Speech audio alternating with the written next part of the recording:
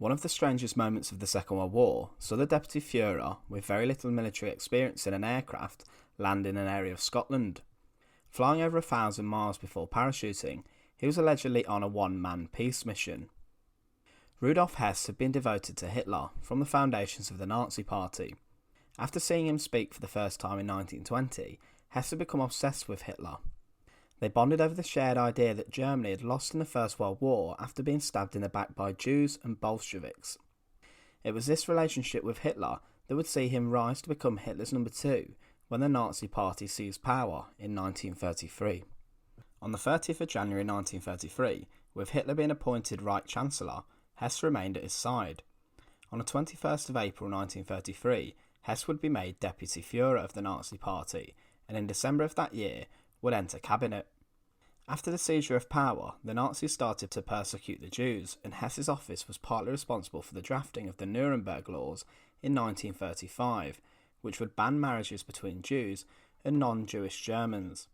Hess's own personal friend, Karl Haushofer, had been subject to these race laws, but Hess issued documentation making him exempt from the legislation. Hess didn't build a huge power base of followers. He wasn't motivated by the fame that being a high-ranking Nazi brought. He was the opposite to Hermann Goering in this respect, who longed for the love of the people and loved being in the public eye as a celebrity. Hess's motivation came purely from a desire to be useful to Hitler, but Hess was still popular with the population. After the invasion of Poland in 1939, Hitler made Hess second in line to succeed him after Hermann Goering. Hess's old post as Hitler's personal secretary had been given to the infamous Martin Bormann, who was at the time Hess's chief of staff. Hess sometimes, though, was rather irrational.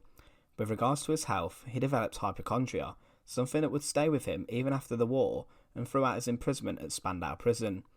He stated that he had a long list of health issues including problems with his kidneys, colon, gallbladder, bowels and heart. He was also a vegetarian and didn't drink or smoke like Hitler. Hess even brought his own food to the Berghof, Hitler's retreat in Obersalzberg, and claimed that it was biologically dynamic, which was something even Hitler found to be bizarre. Hess did have a keen interest in aviation, however, and he won an air race in 1934. With the outbreak of World War II, Hitler banned Hess from flying, even when Hess asked to join the Luftwaffe. As the war continued, Hess felt left out. Hitler's attention had shifted towards foreign affairs and the war effort, and Hess, who wasn't directly involved in these, felt isolated. He became frustrated as he felt he was left on the sidelines, and he felt he could offer much more.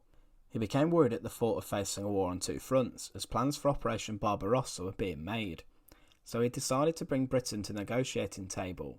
He felt he could do this, and he needed to travel there to seek a meeting with the British government. This act would have been seen as a huge act of treason, and possibly ending in Hess's execution.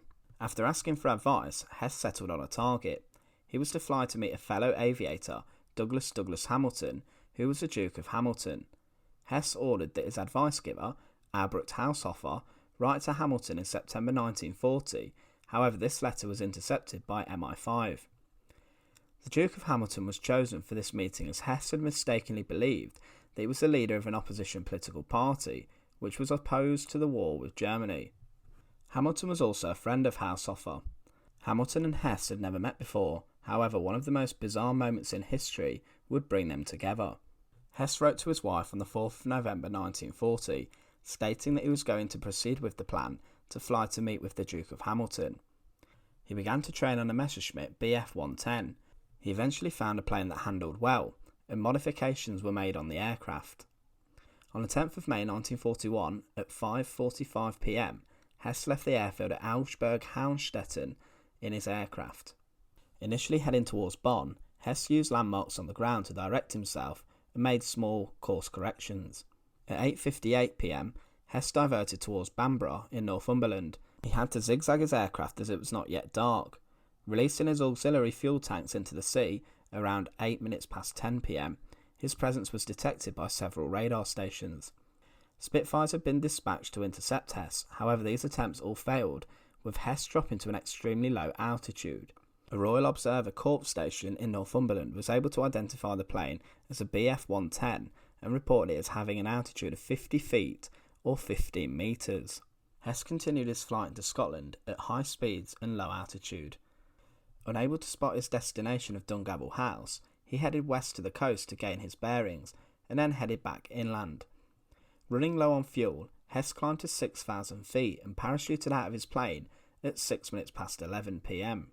Injuring his foot when he landed, the aircraft crashed at 9 minutes past 11, around 12 miles from his destination. Had he not had trouble exiting the aircraft, he would have gotten even closer. This achievement Hess considered the proudest of his life. Prior to his flight, Hess had addressed a letter to Hitler outlining his intentions. When Hitler received this letter, he was furious and let out a cry that was allegedly heard throughout the whole Berghof. Hitler declared that Hess had become mentally ill, and this was reported in all German newspapers. Hitler also stripped Hess of all his party offices and ordered him to be shot on sight if he ever returned to Germany. Hess landed at Fleur's farm in Eaglesham. Upon being discovered by farm worker David McLean, he stated he was Hauptmann Alfred Horn and that he had an important message for the Duke of Hamilton. McLean contacted the local Home Guard unit, who escorted their captive to their headquarters and a police station. Hess repeatedly kept requesting to meet with the Duke of Hamilton and was also treated for his injuries. During this time, some of his captors started suspecting his true identity. When the Duke of Hamilton arrived at the barracks, which Hess had now been taken, Hess immediately admitted his true identity and the reason for his flight. He said he was on a mission of humanity and stated that Hitler wanted to stop fighting with Britain. After informing Winston Churchill, Churchill sent Hamilton and a foreign affairs expert to positively identify Rudolf Hess. Churchill could not believe what had happened allegedly. Hess's mission had failed. He was then treated as a prisoner and transferred from Buchanan Castle to the Tower of London and then later on to Surrey. One of the strangest moments in World War II ultimately led to the capture and lifelong imprisonment of one of Hitler's best friends. Did Hess have good intentions on delivering surrender, or did he really fly in order to gain more popularity with Hitler and a space back in his inner circle? Thank you for watching The Untold Past. To support our channel, please subscribe. Thank you.